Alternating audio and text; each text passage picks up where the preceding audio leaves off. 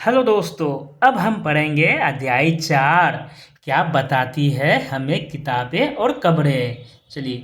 पुस्तकालय में मेरी है। जैसे ही घंटी बजी, शिक्षक ने छात्रों को अपने साथ आने को कहा। आज वे पहली बार पुस्तकालय जा रहे थे। मेरी ने देखा कि पुस्तकालय उसकी कक्षा से काफ़ी बड़ा और वहाँ किताबों से भरे कई रैक थे। कोने में एक अलमारी थी जो मोटी मोटी किताबों से भरी थी। मेरी को एक अलमारी खोलने की कोशिश करते देख शिक्षक ने कहा, उस अलमारी में अलग अलग धर्मों से जुड़ी हुई महत्वपूर्ण किताबें हैं। क्या तुम्हें मालूम है कि हमारे पास वेदों का भी एक संग्रह है। मेरी सोचने लगी, वेद क्या है? चलो पता लगाते हैं अब हम लोग। दुनिया के प्राचीनतम ग्रंथों में एक। शायद तुमने वेदों के बारे में सुना होगा। वेद 4 है: ऋग्वेद, सामवेद, यजुर्वेद तथा अथर्ववेद। सबसे पुराना वेद कौन सा है? तो ऋग्वेद, जिसकी रचना लगभग 3500 साल पहले हुई है। ऋग्वेद की रचना कब हुई है? 3500 साल पहले। ऋग्वेद में 1000 से ज़्यादा प्रार्थनाएं हैं जिन्हें सूक्त कहा गया है ना। ऋग्वेद में क्या है? 1000 से ज़्यादा प्रार्थनाएं हैं जिन्हें सूक्त कहा गया है। सूक्त का मतलब है अच्छी तरह से बोला गया। ये विभिन्न देवी देवताओं की स्तुति में रचे गए हैं। इनमें से 3 देवता बहुत महत्वपूर्ण हैं: अग्नि, इंद्र और सोम। अग्नि आग का देवता, इंद्र युद्ध का देवता और सोम एक पौधा है जिससे एक खास पेय बनाया जाता था। वैदिक प्रार्थनाओं की रचना ऋषियों ने की थी। आचार्य विद्यार्थियों को इन्हें अक्षरों, शब्दों और वाक्यों में बांटकर स्वर पाठ द्वारा कंठस्थ करवाते थे। अधिकांश सूक्तों के रचयिता सीखने और सिखाने वाले पुरुष थे। कुछ प्रार्थनाओं की रचना महिलाओं ने की थी।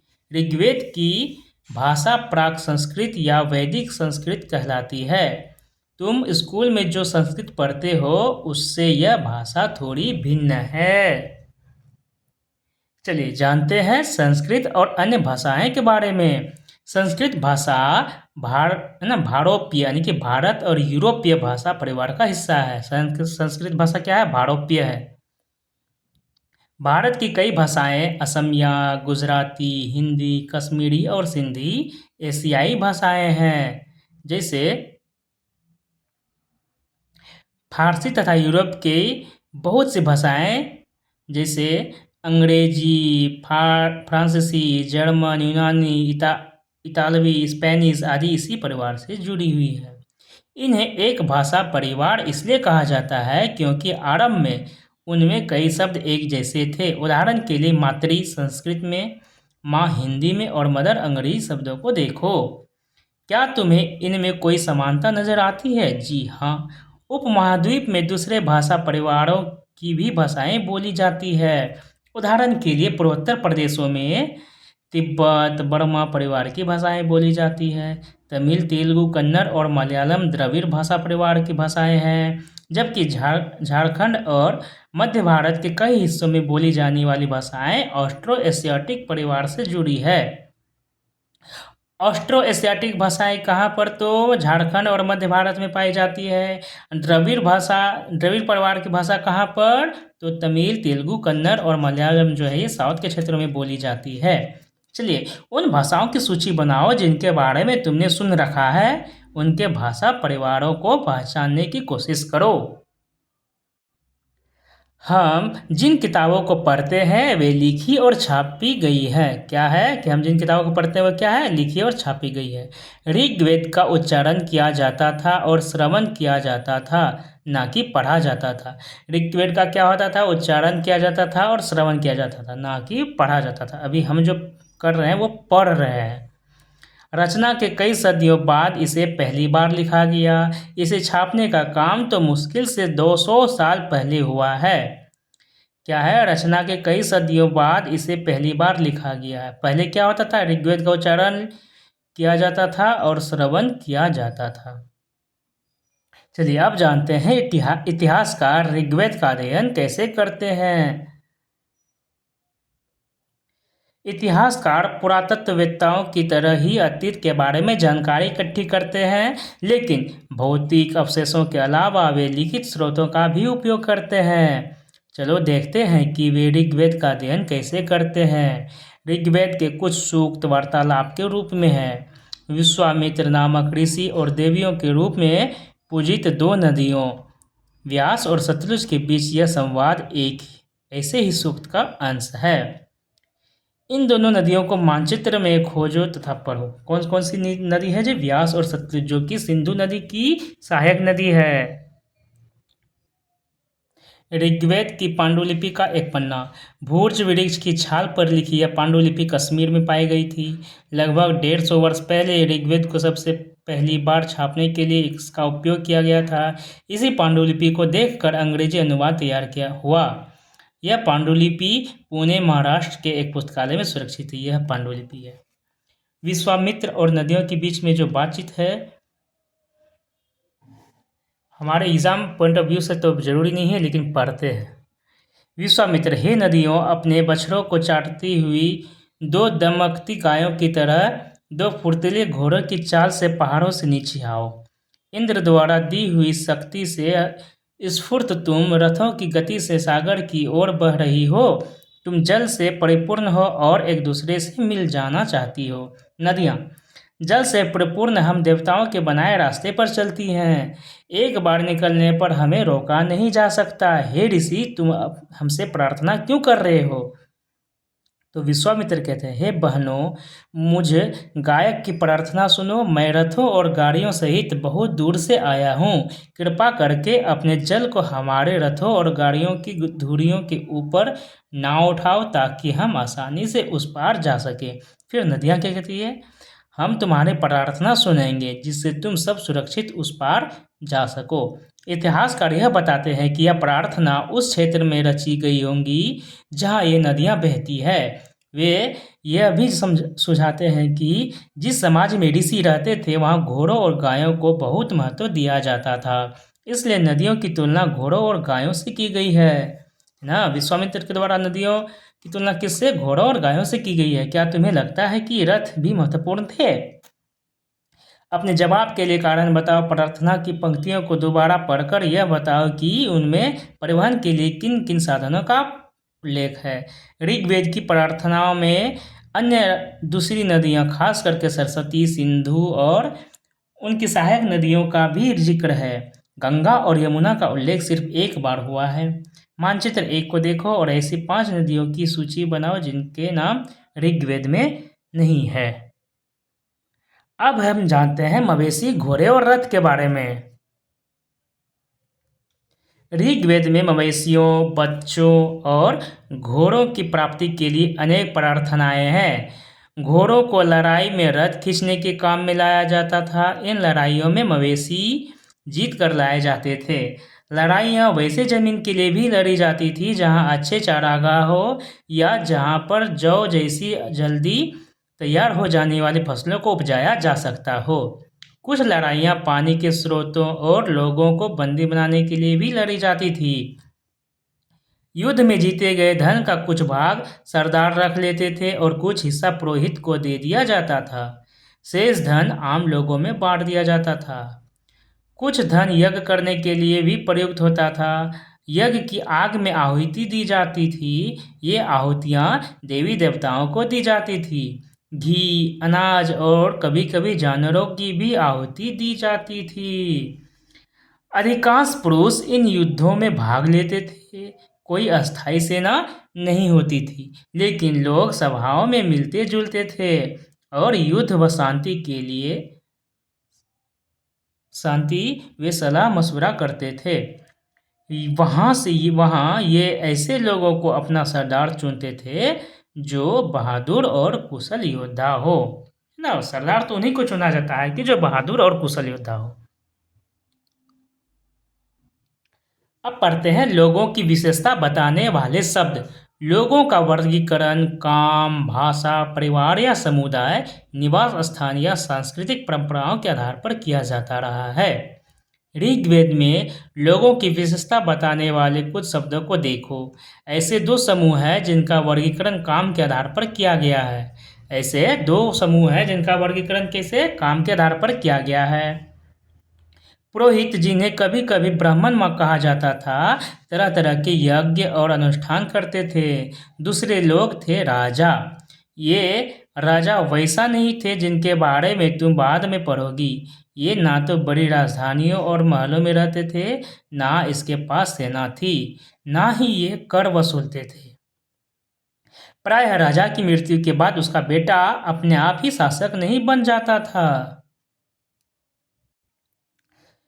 पिछले अनुभाग को एक बार फिर से पढ़ो और पता लगाने की कोशिश करो कि राजा क्या करते थे। चलिए, वो जरूरी नहीं है, आगे पढ़ते हैं। जनता या पूरे समुदाय के लिए दो शब्दों का इस्तेमाल होता था। एक था जन, जिसका प्रयोग हिंदी व अन्य भाषाओं में आज भी होता है। दूसरा था विष, जैसे वैश्य शब्द निकलता है। इस विषय पर तुम अध्याय 5 में विस्तार से पढ़ोगी। चलिए, ऋग्वेद में विष और जनों के नाम मिलते हैं, इसलिए हमें पुरुजन या विष, भारतजन या विष, यदुजन या विष जैसे कई उल्लेख मिलते हैं। ऋग्वेद में विष और जनों के नाम मिलते हैं। विष और जनों के नाम कहाँ पर? तो ऋग्वेद में मिलते हैं। तुम्हें इनमें से कोई नाम जाना पहचाना लगता है? जी, यदुजन, भरतजन। चलिए, आगे बढ़ते हैं। जिन लोगों ने इन प्रार्थनाओं की रचना की, वे कभी कभी खुद को आर्य कहते थे तथा अपने विरोधियों को दास या दस्यु कहते थे। दस्यु वे लोग थे जो यज्ञ नहीं करते थे। दस्यु कौन थे? वे लोग थे जो यज्ञ नहीं करते थे और शायद दूसरी भाषाएं बोलते थे। बाद के समय में दास, यानी कि स्त्रीलिंग दासी है, शब्द का मतलब गुलाम हो गया। दास का मतलब क्या हो गया? गुलाम हो गया। दास वे स्त्री और पुरुष होते थे जिन्हें युद्ध में बंदी बनाया जाता था। उन्हें उनके मालिक की जायदाद माना जाता था। जो भी काम मालिक चाहते थे उन्हें वह सब करना पड़ता था। जिस युग में उपमहाद्वीप के उत्तर पश्चिम में ऋग्वेद की रचना हो रही थी, उसी समय दूसरी जगहों पर एक अलग तरह की विकास हो रहा था। देखो वहाँ क्या हो रहा था। चलिए, आगे हम पढ़ते हैं। खामोश प्रहरी, जो कि कहानी महापाषाणों की है। अगले पृष्ठ के चित्र को देख लेंगे। ये शिलाखंड महापाषाण, यानी कि महा मतलब बड़ा, पाषाण मतलब पत्थर, बड़ा पत्थर नाम से जाने जाते हैं। ये पत्थर दफन करने की जगह पर लोगों द्वारा बड़े करीने से लगाए गए थे। महापाषाण कब्रें बनाने की प्रथा लगभग 3000 साल पहले शुरू हुई। महापाषाण कब्रें बनाने की प्रथा कब शुरू हुई? 3000 साल पहले। यह प्रथा दक्कन, दक्षिण भारत, उत्तरी पूर्वी भारत और कश्मीर में प्रचलित थी। महापाषाण कब्रें बनाने की प्रथा कहाँ प्रचलित थी? तो दक्कन में, दक्षिण भारत में, उत्तर पूर्वी और भारत और कश्मीर में। कुछ महत्वपूर्ण महापाषाण पुरास्थल मानचित्र 2 में दिखाए गए हैं। कुछ महापाषाण जमीन के ऊपर ही दिखाए जाते हैं, कुछ महापाषाण जमीन के भीतर भी होते हैं। कई बार पुरातत्वविदों को गोलाकार सजाए हुए पत्थर मिलते हैं, तो कई बार अकेला खड़ा हुआ पत्थर भी मिलता है। ये ही एकमात्र प्रमाण है जो जमीन के नीचे कब्रों को दर्शाते हैं। महापाषाणों के निर्माण के लिए लोगों को कई तरह के काम करने पड़ते थे। हमने जो कार्यों की सूची बनाई है उन्हें क्रमबद्ध करो। गड्ढे खोदना, शिलाखंडों को ढोकर लाना, बड़े पत्थरों को तराशना और मरे हुए को दफनाना। इन सब कब्रों में कुछ समानताएं हैं। सामान्यतः मृतकों को खास किस्म के मिट्टी के बर्तनों के साथ दफनाया जाता था, जिन्हें काले लाल मिट्टी के बर्तनों, जो कि ब्लैक एंड रेड वेयर के नाम से भी जाना जाता है, इनके साथ मिले हैं लोहे के औजार और हथियार, घोड़ों के कंकाल और समान पत्थर और सोने के गहने भी। चलिए, ऊपर में जो ये है, इस तरह के महापाषाण को ताबूत समाधानन की शिष्ट कहा जाता है। यहाँ दिखाए गए शिष्ट में एक पोर्ट होल, यानी कि बड़ा सुराख है ये वाला, जो शायद पत्थरों से बने हुए कमरे में जाने का रास्ता है। चलिए, अब पढ़ते हैं हम। क्या हड़प्पा के शहरों में लोहे का प्रयोग होता था? नहीं, हड़प्पा को हम जानते हैं कि एक कांस्ययुगीन सभ्यता थी, कांस्यगिन नगर थे। महापाषाण कब्रों से मिले लोहे के सामान बाई ओर हैं। बाई ओर घोड़े के लिए सामान नीचे बाई ओर कुल्हाड़ियाँ नीचे एक टायर भी है। चलिए आगे पढ़ते हैं। लोगों की सामाजिक असमानताओं के बारे में पता करना। लोगों की सामाजिक असमानताओं के बारे में पता करना। चलिए पता करते हैं। पुरातत्वविद यह मानते हैं कि कंकाल के साथ पाई गई चीजें मरे हुए व्यक्ति की ही रही होगी। कभी कभी एक कब्र की तुलना में दूसरी कब्र में ज्यादा चीजें मिलती है। मानचित्र 2 पर जो पृष्ठ संख्या 13 में है, ब्रह्मगिरी को खोजो। चलिए, यहाँ एक व्यक्ति की कब्र में 33 सोने के मनके, ब्रह्मगिरी में जो कब्र मिले थे वहाँ पर एक व्यक्ति के कब्र में क्या मिले हैं? 33 मनके के सोने के मनके और शंख पाए गए हैं। दूसरे कंकालों के पास सिर्फ कुछ मिट्टी के बर्तन ही पाए गए। यह दफनाए गए लोगों की सामाजिक स्थिति में भिन्नता को दर्शाता है। कुछ लोग अमीर थे तो कुछ लोग गरीब, कुछ लोग सरदार थे तो कुछ लोग अनुयायी। चलिए अब आगे पढ़ते हैं। क्या कुछ कब्रगाहें खास परिवारों के लिए थी? हो सकता है, चलिए जानते हैं। कभी कभी महापाषाणों में एक से अधिक कंकाल मिले हैं। वे यह दर्शाते हैं कि शायद एक ही परिवार के लोगों को एक ही स्थान पर अलग अलग समय पर दफनाया गया था। बाद में मरने वाले लोगों को पोर्ट होल के रास्ते कब्र में लाकर दफनाया जाता था। ऐसे स्थान पर गोलाकार लगाए गए पत्थर या चट्टान चिन्हों का काम करते थे, जहां लोग आवश्यकतानुसार शवों को दफनाने दोबारा आ सकते थे। इनाम गांव के एक विशिष्ट व्यक्ति की कब्र, जो कि हमने मानचित्र में देखा था, मानचित्र 2 में पृष्ठ संख्या 13 जो है वहां पे हमने देखा है कि इनाम गांव को खोजो, है ना। यह भीमा की सहायक नदी घोड़े के किनारे एक जगह है। इनाम गांव क्या है? भीमा की सहायक नदी घोड़े के किनारे के एक जगह है। घोर नदी के किनारे एक जगह है। इस जगह पर 3600 से लेकर के 2700 साल पहले लोग रहते थे, है ना। इनाम गांव में लोग कब रहते थे? 3600 से लेकर के 2700 साल पहले तक लोग रहते थे, है ना। ये इमाम गांव कहाँ है? तो भीमा की सहायक नदी है एक घोर, उन्हीं के किनारे पर है। यहाँ वयस्क लोगों को प्रायः गड्ढे में सीधा लिटाकर दफनाया जाता था। उनका सिर उत्तर की ओर होता था ना। इनाम गांव में जो कब्र है वहाँ पर जो वयस्क लोगों को गड्ढे में सीधा लिटा दिया जाता था, दफना दिया जाता था। उनका सिर किस ओर रहता था? तो उत्तर की ओर, है ना। सवाल भी आ सकता है कि इनाम गांव में जो कब्र में सब लोगों को दफनाया जाता था, उनका सिर किस दिशा में रहता था? तो उत्तर की ओर। कई बार उन्हें घर के अंदर ही दफनाया जाता था। ऐसे बर्तन जिनमें शायद खाना और पानी हो, दफनाए गए सबके पास रख दिए जाते थे। एक आदमी को 5 कमरों वाले मकान के आंगन से 4 पैरों वाले मिट्टी के एक बड़े संदूक में दफनाया गया था। एक आदमी को कहाँ पर? तो 5 कमरों वाले मकान के आंगन में 4 पैरों वाले मिट्टी के एक बड़े से संदूक में दफनाया गया था। बस्ती के बीच में बसा यह घर गांव के सबसे बड़े घरों में एक था। ये घर कहाँ पर? तो बस्ती के बीच में बसा था। इस घर में एक अनाज का गोदाम भी था। सबके पैर मुड़े हुए थे। चलिए हो गया। क्या तुम्हें लगता है कि यह किसी सरदार का शव था? अपने जवाब का कारण बताओ। अब हम जानेंगे कि क्या बताते हैं हमें कंकालों के अध्ययन। छोटे आकार के आधार पर एक बच्चे के कंकाल को आसानी से पहचाना जा सकता है, लेकिन एक बच्चे और बच्ची के कंकाल के बीच कोई बड़ा फर्क नहीं होता। क्या हम यह पता लगा सकते हैं कि कंकाल किसी पुरुष का था या किसी स्त्री का? कभी कभी लोग कंकाल के साथ मिले सामानों के साथ पर इसका अंदाजा लगाते हैं। उदाहरण के लिए, यदि कंकाल के साथ गहने मिलते हैं तो कई बार उसे महिला का कंकाल मान लिया जाता था या मान लिया जाता है। लेकिन ऐसी समझ के साथ समस्याएं हैं। अक्सर पुरुष भी आभूषण पहनते थे। कंकाल का लिंग पहचानने का बेहतर तरीका उसकी हस्तियों की जांच है।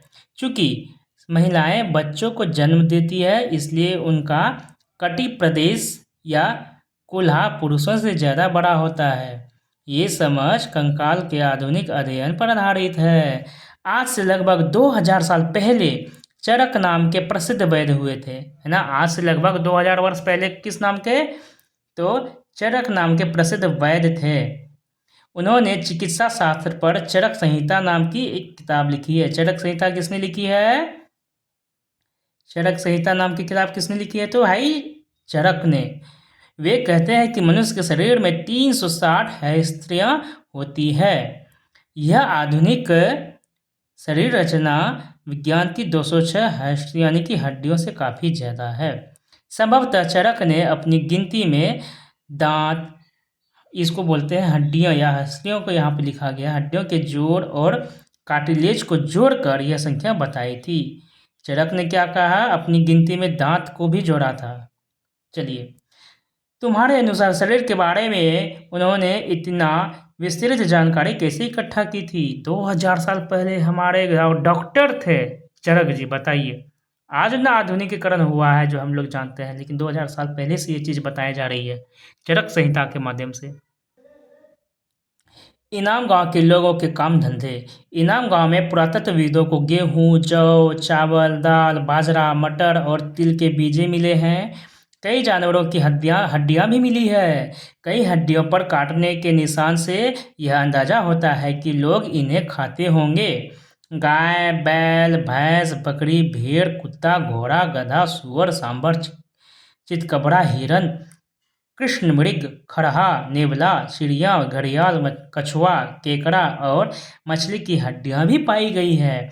ऐसे साक्ष्य मिले हैं कि बेर, आंवला, जामुन, खजूर और कई तरह की रसभरियां एकत्र की जाती थी। चलिए, इस प्रकार यह चैप्टर समाप्त हुआ। लेकिन इसी के सिमिलर समय में अन्यत्र हमारे पृथ्वी पर और कहाँ पर क्या चलते थे उनको जानते हैं, जिसको बोला जाता है इस बुक में अन्यत्र, है ना। एटलस में चीन को देखो। लगभग 3500 साल पहले हम यहाँ की लेखन कला के सबसे पुराने उदाहरण पाते हैं। यह जानवरों की हड्डियों पर लिखा गया था। चीन में जानवरों की हड्डियों पर लिखा गया था। इन्हें भविष्यवाणी करने वाली हड्डियां कहा जाता है, क्योंकि यह मान्यता थी कि वे भविष्य बताती है। राजा लोग लिपिकारों से इन हड्डियों पर सवाल लिखवाते थे। क्या वे युद्ध जीतेंगे? क्या फसल अच्छी होंगी? क्या उन्हें पुत्र होंगे? फिर इन हड्डियों को आग में डाल दिया जाता था, जहाँ इनमें गर्मी से है ना चटक कर दरारें पड़ जाती थी, है ना। उसके बाद क्या होता है? भविष्यवक्ता इन दरारों को बड़े ध्यान से देखकर भविष्यवाणी करने की कोशिश करते थे। जैसा शायद तुम भी सोच रही होगी, ये भविष्यवक्ता कभी कभी गलती भी करते थे। ये राजा शहरों में महल बनाकर रहते थे। उन्होंने बेशुमार दौलत इकट्ठा कर ली थी, जिसमें बड़े बड़े नक्काशी किए गए मक्कासे के बर्तन शामिल थे, लेकिन वे लोहे का इस्तेमाल करना नहीं चाहते थे। ऋग्वेद के राजा और इन राजाओं के बीच कोई एक फर्क बता दो, बता देंगे। चलिए, इस प्रकार यह चैप्टर समाप्त हुआ। लेकिन इनके भी याद करने के लिए कुछ महत्वपूर्ण तिथियां हैं जो कि हम जानेंगे और पीछे से रिकॉल हो जाएगा। हाँ, हमने पीछे इनको पढ़ा है। वेदों की रचना का प्रारंभ कब हुआ था भाई? लगभग 3500 साल पहले हुआ था। महापाषाणों के निर्माण की शुरुआत कब हुई थी? तो लगभग 3000 साल पहले। महापाषाणों के निर्माण की शुरुआत 3000 साल पहले और वेदों की रचना की शुरुआत 3500 साल पहले। इनाम गांव में कृषकों का निवास कब से शुरू किया गया था? कब से कब तक चला? तो 3600 से लेकर के 2700 साल पहले। इनाम गांव में कृषकों का निवास 3600 से लेकर के 2700 साल पहले। चरक लगभग 2000 साल पहले उन्होंने चरक संहिता लिखी थी। इस प्रकार यह चैप्टर समाप्त हुआ और कुछ निम्नलिखित सुमेल मिलान करना है वो है। और वाक्य को पूरा करने के लिए टेस्ट के लिए दासों का इस्तेमाल किया जाता था। किसके लिए? सेवा के लिए किया जाता था जी, उनको जो जीत के लाते थे। ऐसे ही कुछ सवाल है। जो पोर्ट हॉल का इस्तेमाल किस लिए किया जाता है, जो पीछे हमने पढ़ा। इनाम गाँव के लोग क्या खाते थे वो भी हमने देखा, है ना। बहुत सारी चीज़ों को खाते थे, बेर, जामुन, ये सब उनको मिला था। चलिए, अब आगे अब हम आपसे मिलेंगे अगले चैप्टर में। यह चैप्टर यहीं पर समाप्त हुआ।